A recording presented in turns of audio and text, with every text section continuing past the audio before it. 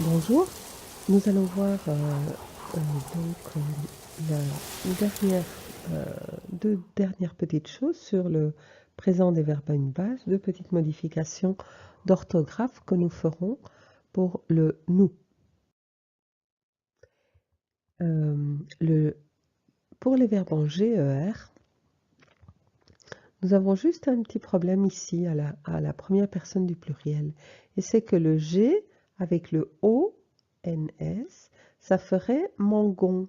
Mais je ne veux pas avoir le son G. Je veux garder le son je comme je l'ai à l'infinitif et à toutes les personnes. Et pour cela, je vais devoir simplement ajouter un E devant le O. Et donc le G avec le E, ça fait J.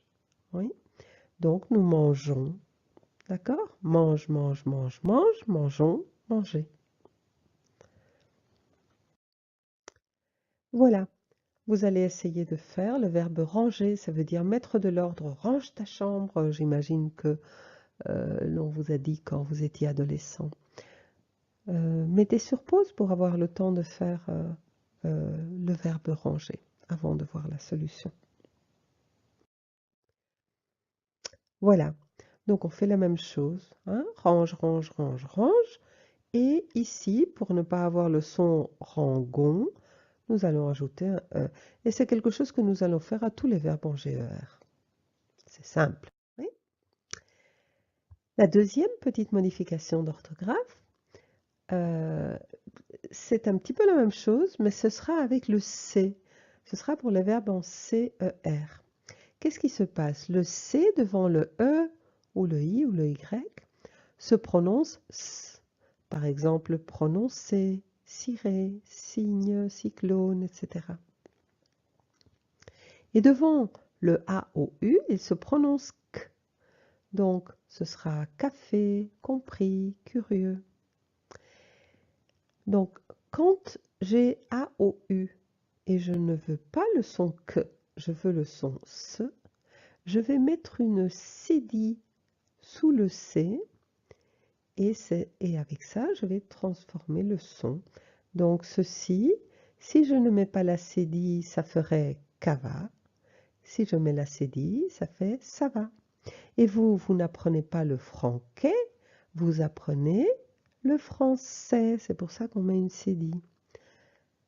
Au restaurant, vous ne dites pas garçon, vous dites garçon. Et voilà, et j'ai bien reçu ta lettre, par exemple. Donc, pour tous les verbes en CER, nous aurons la même petite modification d'orthographe pour la première personne du pluriel, pour le nous, parce que sinon ce serait comment qu'on, pronom qu'on, avant qu'on, annonçons, au lieu de son. Oui, donc si, comme je ne veux pas le son K, je veux le son S, je vais mettre la cédille.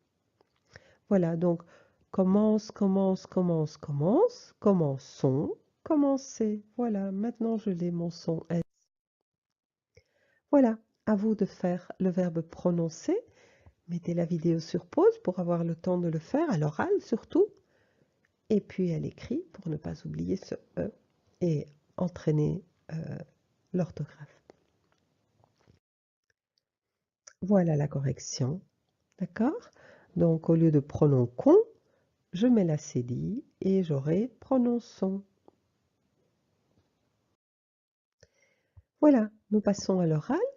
Vous allez, si vous êtes 2 par 2, c'est génial. Vous essayez de faire l'exercice. Vous devez simplement passer les formes à la deuxième personne du singulier, passer à la forme tu. Au lieu de vous habitez en Espagne, tu, je donne la solution de la première, tu habites. Sans oublier de bien s'arrêter à la dernière lettre du radical. Et puis, c'est un exercice de communication, en fait. Donc, vous allez essayer de répondre. Non, j'habite en France. Non, j'habite en Italie, etc. Ça va? Vous parlez anglais ou l'anglais et vous répondez, oui, je parle. Et je m'arrête là. Je m'arrête à la dernière lettre du radical. D'accord? Je ne prononce pas le ES ni le S. D'accord? Voilà, vous mettez sur pause pour avoir le temps de faire tranquillement l'exercice oral au moins. Voici la correction de l'écrit, si vous avez fait l'écrit. Et encore quelques phrases d'exercice. Voilà, vous chantez bien, même exercice, vous le passez au tu. Tu chantes bien? Je m'arrête à la dernière lettre du radical.